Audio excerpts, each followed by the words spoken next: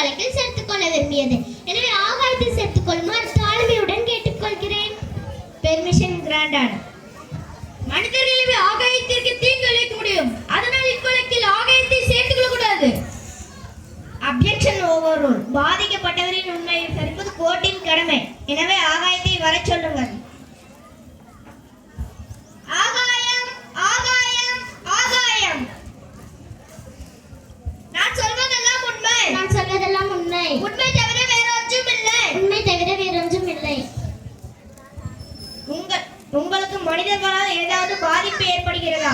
ஆமாம் இவர்கள் அனைவரையும் தாங்கியிருக்கும் எனக்கு மனிதனால் பாதிப்பு இருக்கிறது. இந்த காற்று மனிதனால் மாசுபடுதல் எனக்கும் இந்த காற்று மண்டலத்துக்கும் இடையே உள்ள ஊதும் படலத்தில் ஓட்டை ஏற்படுகிறது.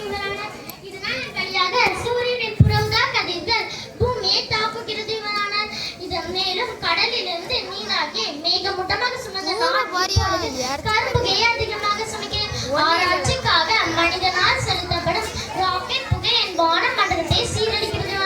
இப்படியே நீடித்தால் நான் மழைக்கு பதிலாக அமில துளிகளை தான் மழையாக பொழிய செய்வேன். மனிதர்களின் ஆராய்ச்சி சாதனைகளை தவறு என்று சொல்வது சரியல்ல.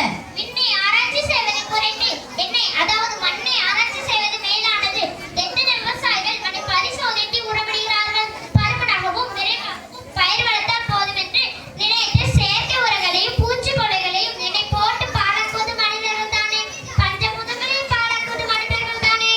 இல்லை, நீங்கள் தான். மனிதர்கள் தான். இல்லை, நீங்கள் தான். இல்லை, நீங்கள் தான். மனிதர்கள் தான்.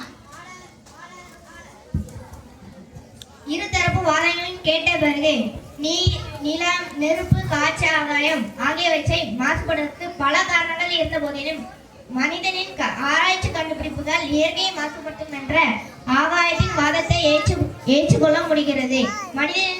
மனிதனின் பழக்க வழக்கம் மற்றும் அதிகமான தேவைகளால் தொழிற்சாலை கழிவுகள், ரசாயன கழிவுகள் மற்றும் பிளாஸ்டிக் கழிவுகள் போன்றவை மிகவும் பெருகி வருவது உண்மை. இந்த 5 பூதங்களும் மாசுபடுவதற்கு மனிதர்களே காரணம் என்று இந்த கோர் தீர்ப்பளிக்கிறது. தனி மனித விழிப்புணர்வு, பாதுகாப்பான அறிவியல் மற்றும் தொழில்நுட்பத்தை கொண்டு இந்த மாசு வினையை ஒழிக்க வேண்டும். மாசு இல்லாத உலகத்தை உருவாக்க நம் அரசாங்கம் நடவடிக்கை எடுக்கும். சாதகமான கருத்தை கூறிய காற்று மற்றும் ஆகாயத்தை இந்த core பாராட்டுகிறது. The court in disperse.